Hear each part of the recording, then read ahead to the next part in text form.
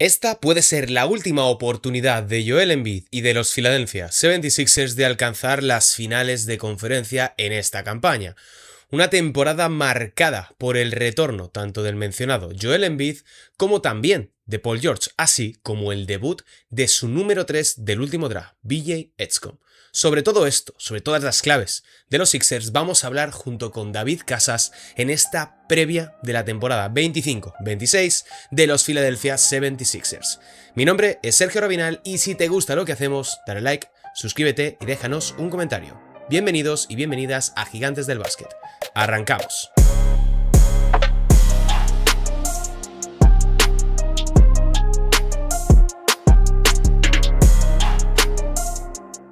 Hola, ¿qué tal? Bienvenidos, bienvenidas un día más aquí a Gigantes del Básquet y tengo un invitado especial para hablar de los Philadelphia 76ers, como no podría ser otro. David Casas, bienvenido por primera vez aquí a Gigantes del Básquet. Nada, encantado de estar por aquí, Sergio. Yo un placer en cuanto me lo dijiste, pues de cabeza. Y los Sixers son uno de nuestros protagonistas en la guía en papel de Gigantes del Básquet, que la podéis comprar ya sea en la tienda online, en gigantes.com y en formato digital, o en formato físico, o bien en cualquier kiosco de España. Y si dudáis de dónde podéis comprarlo, buscáis en Google dónde comprar Gigantes del Básquet y os aparecerá un primer resultado que tenemos ya en la página web actualizado. Vamos a hablar de los Sixers, David, porque son un equipo que, de hecho, me encargué de hacer la previa este año. Nunca quiero hacer los Sixers, pero este año me tocó por draft. Y me cuesta bastante predecir qué demonios puede ocurrir con ellos, porque en las últimas horas hemos visto que Joel Embiid había vuelto a entrenar y que hacía cosas pues, típicas de Joel Embiid para bien, pero claro, no hay un parte oficial de cuándo va a regresar Embiid a la cancha y yo pensaba que este año no lo íbamos a ver. Sí, yo al final creo que es uno de los equipos más impredecibles de toda la competición, porque es que si no sabes qué va a pasar con su estrella principal, y bueno, también saldrá por aquí seguro Paul George, ¿cómo haces una predicción? ¿Cómo supones? ¿Cómo analizas cuando es un misterio con ambos prácticamente? Tal cual, yo le puse como segunda espada por el simple hecho de que digo, bueno, para ser una primera tienes que estar disponible para jugar, pero con Joel Embiid es que cuesta también desde un punto de vista deportivo valorarlo porque, como decía Danny Ainge, la disponibilidad también es una habilidad y los Sixers yo creo que les falta bastante, decías el caso de Paul George, tienen sus dos mejores jugadores sobre el papel que la mayor parte del tiempo no están disponibles. Y ahí tienes que empezar a hablar de un Tyrese Maxey, de un Jared McCain, que también está lesionado, de un BJ Edgecombe, que es un jugador que está verde, es un rookie, es imposible poner ningún tipo de carga y expectativas sobre él. Pero claro, todo esto, en cierta medida, afecta al techo que podemos creer que pueden tener Filadelfia en este caso. Sí, exacto. Al final es un equipo que si tú tienes a las dos superestrellas sanas, disponibles, ya no toda una temporada que parece prácticamente imposible por no decir un sueño, pero si los tienes 50, 60, 65 partidos, vas a ganar muchísimo más que si los tienes 20, 30 o la debacle que fue la pasada temporada que nadie se lo vio venir. La pasada campaña, eso me gusta bastante porque dices, ahora todo el mundo dice, bueno, es que ¿a quién se le ocurre juntar a Embiid y a Paul George? Dices, bueno, dentro de lo que cabe, uno podía esperar que se perdieran partidos, que estuviesen más o menos ausentes, eso la pasen, como con los Clippers con Paul George y Kawhi Leonard, pero nadie esperaba esa maldición del año pasado donde Joel Embiid disputa 19 partidos y venía a hacer 39, que también había tenido múltiples problemas físicos. Pero es que el curso pasado yo sacaba datos, digo, es que no me sirve ninguno, es que ninguno es representativo de lo que ocurrió sobre la cancha. Claro, al final, si tú intentas verla, es que es una pequeñísima muestra de lo que compartieron y apenas es útil porque dieron algún partido interesante, algún nivel interesante, el partido navideño contra Boston y prácticamente desde ahí para abajo porque dejaron de estar en pista. Y efectivamente el tema de la disponibilidad, si no cuentas con ellos, no puedes tener ninguna pretensión con esta plantilla. En absoluto. Y por centrar un poco, como decía antes, en la cuestión de Joel Embiid, viene de, bueno, MVP en 2023 y después disputa 39 y 19 partidos. A mí, después de leer este super artículo que publicó ESPN, que estaba muy bien, aunque era un poquito exculpatorio en muchos sentidos para Joel Embiid, tiendo a ser un poco más optimista de lo que debería con un jugador que nos ha maravillado cuando ha estado sano, pero que ha estado más tiempo vestido de ropa de calle que vestido de corto. ¿Tú crees que vamos a poder volver a ver a Embiid, no ya a la versión MVP, porque creo que eso ya es una estrella fugaz, sino crees que vamos a poder verle a una pequeña parte de lo que nos mostró en el pasado para poder ayudar a Filadelfia en este punto en el que está de su proyecto que, insistimos, es muy difícil predecir lo que puede suceder, pero que en cierta medida yo sí que les veo como unos pequeños tapados a poder hacer ruido en una conferencia que es un auténtico desastre, ya lo decías tú en tu canal hace unos días, es una de las peores conferencias de los últimos 20 años. Sí, yo creo que todo depende, bueno, primero a nivel físico, cómo se haya cuidado, cómo estén enfocando la temporada. Creo que en una de estas pocas declaraciones que ha habido, porque ha habido mucho secretismo con él, están un poco en esta sensación de, bueno, vamos a ir viendo poco a poco, día a día, cómo se siente. Yo creo que nos podemos olvidar casi que ya de verlo con mucha suerte en back-to-backs. O sea, yo lo descartaría, ya solía pasar, pero ahora ya va a ser casi ley de si tú no estás sano, si esa rodilla molesta, olvídate de jugar. Pero más allá de esto, creo que es un poco la cuestión de hasta qué punto podemos forzarlo, porque si juegas 60 partidos, ostras, sigue perdiéndose 22, pero es que es un avance gigantesco respecto a lo anterior. Y al final, con la carga que tienen las estrellas hoy en día, quieras que no, con excepciones que las hay, es que ya cada vez vemos a jugadores perderse con ese límite de los 65. Ya veíamos a más de una estrella y más de dos ahogadas con llegar a los 65 para entrar en premios y para entrar en selecciones. Mira que se habla mucho de Embiid, de Paul George, pero se habla poco de que el pasado curso Jalen Brunson juega exactamente 65 partidos, que lo miraba hoy porque estaba grabando un vídeo de los Knicks y digo, oye, nadie ha dicho nada porque Jalen Brunson solamente ha jugado 65 partidos. Pero bueno, vamos a echar rápidamente un repaso a lo que ha hecho Filadelfia a lo largo de este verano. Temas de altas, solamente he añadido a Trendon Watford, digo, temas de altas más allá de los rookies, que firma por 2 años 5,2 millones, bajas Gerson Yabusel a los Knicks, Ricky Council, que tenía muchas esperanzas en él pero nada, Jeff Doughtin y Lonnie Walker, que regresó a la Euroliga, en el draft BJ Jetson con el 2 y Johnny Broom como un jugador extra que se añaden de final de la segunda ronda. Chuwes, Dominic Barlow, Jabari Walker, que es un candidatazo a acabar con un contrato estándar a final de temporada, y Hunter Saris. Yo creo que lo de Quentin Grimes, que es otro de los grandes temas de este verano, ha condicionado mucho el mercado de Filadelfia, pero ¿crees que podrían haber hecho algo más o estaban ya prácticamente condicionados por la situación salarial de Embiid, de Paul George, las renovaciones previas, que tampoco les dejaban mucho más margen?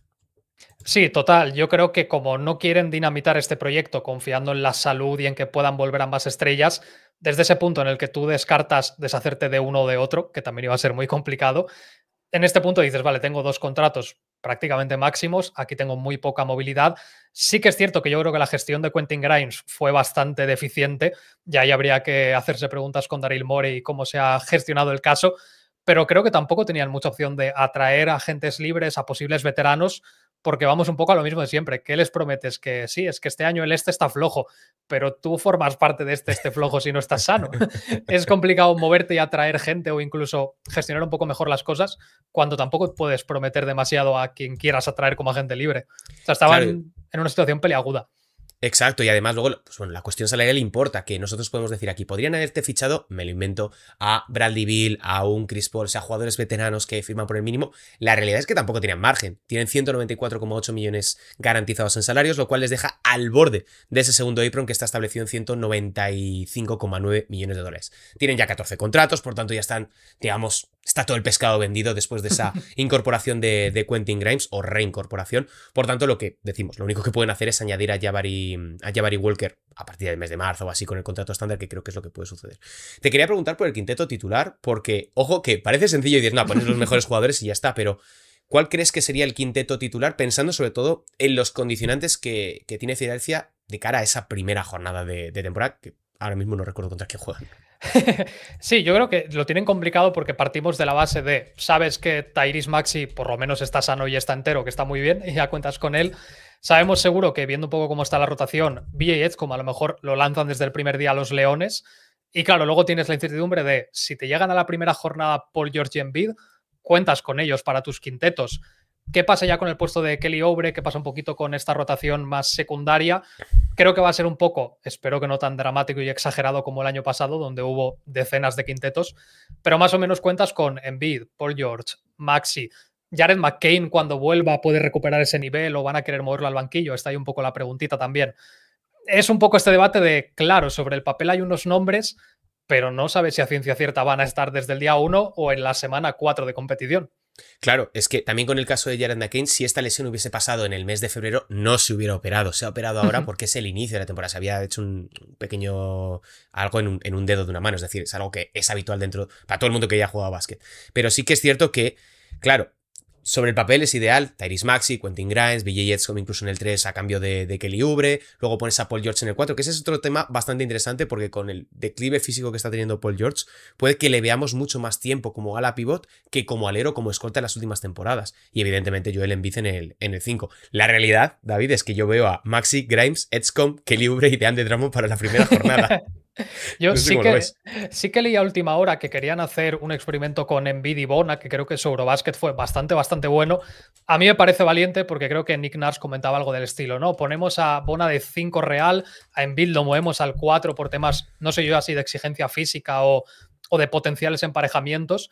Parece que es una línea que quieren explorar, pero estamos todo el rato en la misma de ya, pero Embiid está. Puedes hacer Es que experimentos si no lo tienes en cancha. bueno, a ver, tienen 82 partidos para probar, pero sí que es cierto que está complicado. Y relacionado con esto, yo te quería preguntar un poco por, que se ha hablado mucho, al menos durante a lo largo de todo el verano en Filadelfia, de qué puede acabar pasando con Paul George y con el contrato de Joel Embiid. Se habla de que Joel Embiid podían, incluso si no conseguía regresar a las pistas, poder pedir el cese. Una de estas cláusulas que existen para cese por incapacidad, en definitiva. Se ha aplicado en muy pocas ocasiones, pero tiene que intervenir un tribunal médico. Pero con el caso de Paul George sí que es cierto que hay más margen desde el punto de vista salarial por el hecho de que o lo cortas como hicieron con Damian Lillard o lo intentas traspasar moviendo activos. No sé si Daryl Morey estaría dispuesto a asumir tan pronto una derrota como la de Paul George por todo lo que tuvieron que realizar, acuérdate, el pasado verano, bueno, el verano de 2024, ralentizando esa firma de Tyrese Maxey, aguantando las incorporaciones y las renovaciones de tantos jugadores, y tampoco sé qué mercado puede existir para un Paul George a estas alturas de su carrera. Después incluso de ese fracaso que fue la pasada campaña.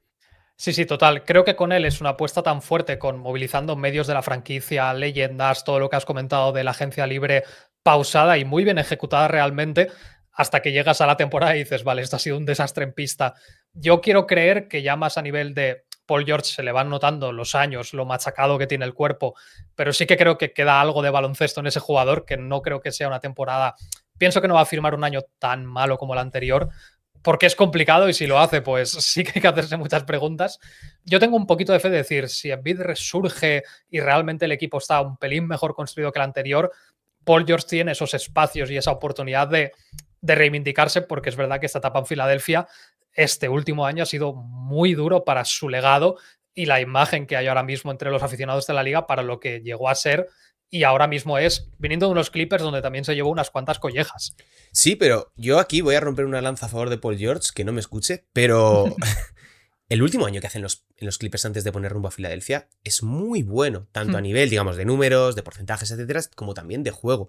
Es un tipo que ha conseguido evolucionar muchísimo desde la etapa que le vimos en los Pacers, posteriormente en Oklahoma y finalmente en Los Ángeles. A mí me parece un jugador que, lo que dices, está muy cascado a nivel físico, los hombros, las caderas, las rodillas, los tobillos, las manos, ha tenido todos los problemas físicos habidos y por haber, pero es alguien que se ha convertido precisamente por ese paso por los Clippers en un pequeño saco de boxeo que nos impide en muchas ocasiones ver el verdadero jugador que es.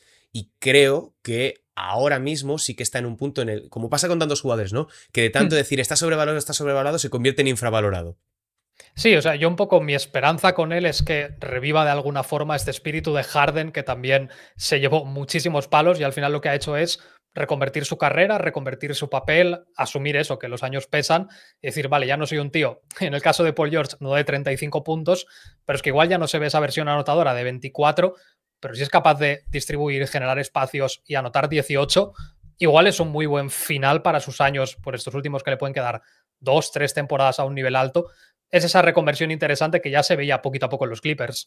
Exacto, exacto. Te quería hablar también, o hablemos un poquito más en general, de Tyrese Maxey por su evolución, porque sí que es cierto lo que te decía antes, que el año pasado vale para muy poquitas cosas y creo que incluso los porcentajes de Tyrese Maxey están muy viciados porque tenía que hacer muchas cosas, se lesiona al principio de curso, un problema muscular, tampoco es una dolencia muy grave, pero que sí que le afecta a esa continuidad, a ese ritmo competitivo que es tan importante al principio de campaña, y él se ve muy rápido teniendo que hacer muchas cosas con una plantilla repleta de jugadores absolutamente sustituibles, pero sí que es cierto que está en ese punto, no sé si lo compartes, de que es ahora donde tiene que dar ese paso adelante y terminar de convertirse en una estrella, o ya se queda como este Tyrese Maxey, que es un jugador un poquito de explosiones, de 20 puntos, 5 rebotes, 5 asistencias, pero que no termina de dar ese paso que tan necesario es en algunos momentos y que ahora mismo por contexto está en el momento ideal para poder hacerlo, por lo que hablamos, múltiples bajas, jugadores veteranos, etc. Sí, yo creo que en cuanto a él, su ética de trabajo es lo que lo ha llevado hasta esta etapa de ser un jugador moderadamente desconocido, tener que hacerse hueco en la rotación, ir asumiendo galones cuando se marcha Ben Simmons, coger rápidamente más velocidad cuando el equipo se va removiendo, y está exactamente en ese punto, casi dramático para algunos jugadores, de o consigo dar el salto, se me valora ya como una superestrella y yo me gano ese papel, esa oportunidad de ser el número uno, o efectivamente quedarse en una segunda, tercera espada, que no está tan mal, que ya es bastante llegar a la NBA siendo una segunda, tercera espada, pero claro, no es lo mismo que tener también esa responsabilidad de un gran contrato y de ser un poco la cara de la franquicia. Yo pienso que por esa capacidad de trabajo, esas ganas de reivindicarse, de crecer, de no dejar de evolucionar, sí que pienso que es un jugador que todavía tiene que dar más pasitos hacia adelante. Ahora, a nivel de ese estatus de superestrella imbatible, creo que llegan muy pocos y no va a ser su caso, pero si consigue meterse en un top 20, que ya estamos apuntando alto, es que no está tan lejos, pero tiene que dar muchos saltos para llegar a ese top 20. Y es Es complicado, que... pero tiene su año ahora. Es que es complicado, o sea, parece que lo vemos nosotros desde nuestra casa y dices, tampoco hay tanta diferencia. No hay tanta diferencia, pero es que el muro es muy alto para pasar de... Exacto. Siempre se dice, es muy difícil pasar de los 25 a los 30 puntos. Es más fácil en la NBA llegar hasta los 20 de tantos por encuentro que superar esa barrera de los 25. Le ha pasado a muchos jugadores. Creo que el mejor caso es el de, por ejemplo, sin irnos de mucho de Filadelfia, es el caso de Tobias Harris. Un jugador que te ofrece todos los días un 6, que a veces que es un 4, las cosas como son, pero que nunca es un 8. Pero es lo que dices, es un jugador óptimo. La cosa es que con Tyrese Maxey, al ser un guard, al ser un base, se queda mucho más evidenciada a veces la necesidad de que dé un pasito adelante. Y sobre todo, dado el contexto de Filadelfia, que es realmente complicado. Claro, si por ejemplo habrá en el peor escenario catastrofista donde todo sale mal, donde Embiid se tiene que retirar por adelantado, donde Paul George está para ya jubilar también, ahí es cuando te planteas, vale, pues ahora por talento en plantilla, por nivel, este es tu equipo, a ver qué haces. Claro, justo la temporada anterior, entre lesiones, falta de ritmo y que las defensas iban a por él, complicado valorarlo cuando tienes un roster construido sobre la marcha y de mala manera. Pero ahora creo que tiene esta oportunidad también de entre lesiones y ausencias decir, vale, puedo brillar acompañado, pero voy a sacar yo pecho de que también soy un jugador capaz de levantar un partido por mi cuenta. Que se le ha visto, por ejemplo, en los playoffs contra los Knicks, Sí. aquel par de partidos fueron un poco la esperanza de decir, cuidado este tío, que para estar rodeado ahora mismo de jugadores bastante mediocres y un Embiid roto, están saliendo adelante gracias a que ha dicho, no, esto lo gano yo. Si es capaz de llevarse eso a una dosis regular, tenemos estrella para rato a nivel de jugador en la NBA, vaya. Bueno, y marcar un poco la historia de este siglo de los Sixers, que no es poco. Nos queda pendiente hablar también de Billy Jetzcom, pick 3 del último draft, un jugador que está muy verde, pero que en pretemporada nos ha dejado sobre todo highlights tremendos en términos físicos. Es alguien que es lo típico que va a ocurrir con todos los rookies. Va a lanzar el 35% en tiros de campo, va a estar por encima de los 10 puntos y va a tener partidos en los que se vaya por encima de 30 y otros en los que se vaya con un elemento 2 de 10 en tiros de campo. Pero ¿cuánto crees que va a afectar la maldición de Filadelfia con todos los rookies? Echemos un vistazo, los Cyrus Smith, Markel Fultz, Ben Simmons, Joel Embiid, Jahlil Okafor, Nance Noel, Michael Carter-Williams, es decir, todos los jugadores de primera ronda elegidos, a excepción yo te diría que de Tyrese Maxey, que es el último que se ha salvado un poco de la quema, la excepción que confirma la regla, pero ¿qué podemos esperar de un jugador tan diferente y que en cierta medida no encaja del todo en Filadelfia, te diría yo? Sí, yo creo que con él la apuesta fue por un talento top 3 de decir, este tío tiene una pinta tremenda, vamos a ver qué pasa. También un poco condicionada a, efectivamente, de nuevo, la salud de las estrellas, de decir, si esto nos sale muy mal, pues podemos echar para adelante y tenemos a un chaval que a poco que destaque y evolucione, a por ello. Sí que creo que su año rookie va a ser, pues como dices, irregular, de habrá algún partido muy destacado, seguro que nos deja algún mate demencial que pilla 100 millones de visitas en Instagram, porque tiene ese físico, tiene esa plasticidad. Y a mí sobre todo lo que más me atrae es ese marco físico que demuestra, que ya se vio con Bahamas y se ha visto un poco él también a nivel competitivo. Creo que voy un poco motivado porque sí que veo ese talento y esas ganas de comerse el mundo. Ahora caer en Filadelfia en este instante es un poco papelot de vamos a ver cómo lo haces esta temporada y a partir de aquí a ver cómo van los siguientes. Tal cual. Vamos a hablar ya para ir cerrando la previsión que creemos que puede tener Filadelfia de cara a esta temporada. Yo los tengo en la zona de play-in, pero es que ya sabemos que es muy difícil, digamos, ordenarlos, porque 2 victorias arriba, 2 victorias abajo te dejan ahí. Pero yo sí que creo que pueden ser un equipo de play-in peligroso y que pueda hacer ruido incluso en playoffs. Pero lo de siempre, volvemos al punto inicial. La salud de las estrellas, la disponibilidad.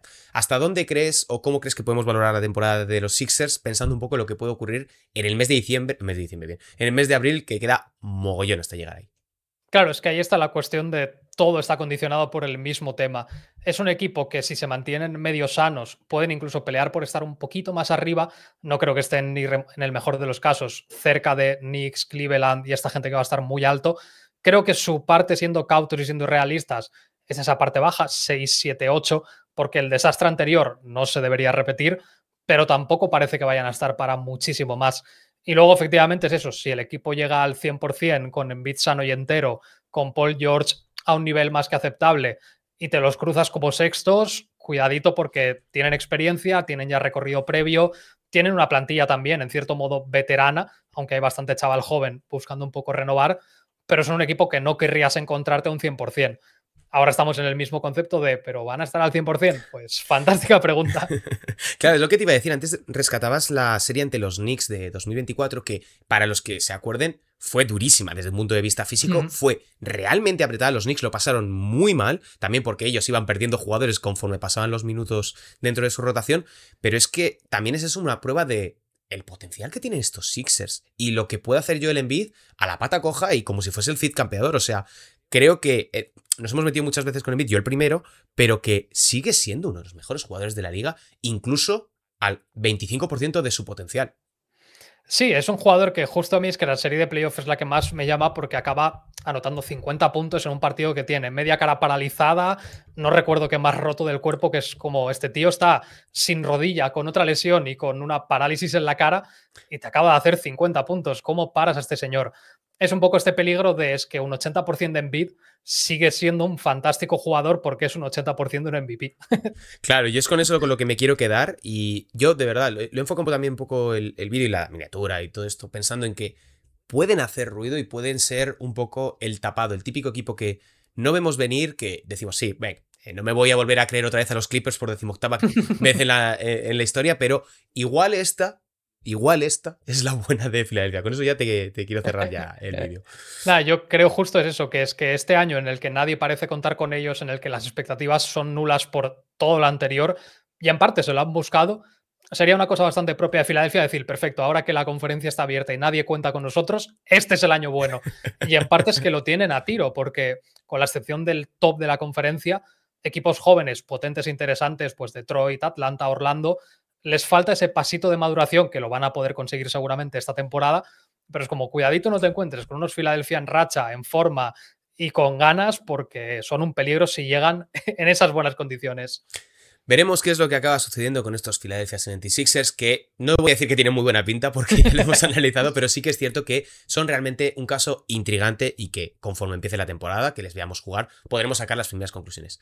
David, muchas gracias por pasarte y recomendamos un montón a la gente que se pase precisamente por tu canal, por el canal de David Casas, porque merece mucho la pena, no solamente para cuestiones de actualidad, sino sobre todo para los docus que haces, los vídeos en profundidad, que a día de hoy ya sabemos que con el algoritmo es un poco más difícil colocarlos, pero que tienen un valor increíble, vamos. Nada, muchas gracias, Sergio, y un placer estar por aquí, haber pasado por aquí, yo encantado. O sea, el proyecto de Gigantes mola mucho y a tope con esta previa y a tope con todo lo que haces. Pues muchas gracias y recordarle a la gente lo que decía antes, la promoción. Hay que comprar la guía en papel de Gigantes del Básquet, la de NBA, la de Euroliga o la CB, la que más te guste, la puedes comprar en la tienda online en gigantes.com/tienda o bien en kioscos si todavía está disponible dependiendo de dónde nos estés viendo o escuchando. Así que yo me despido, Sergio Rabinal, un saludo y hasta la próxima. Chao.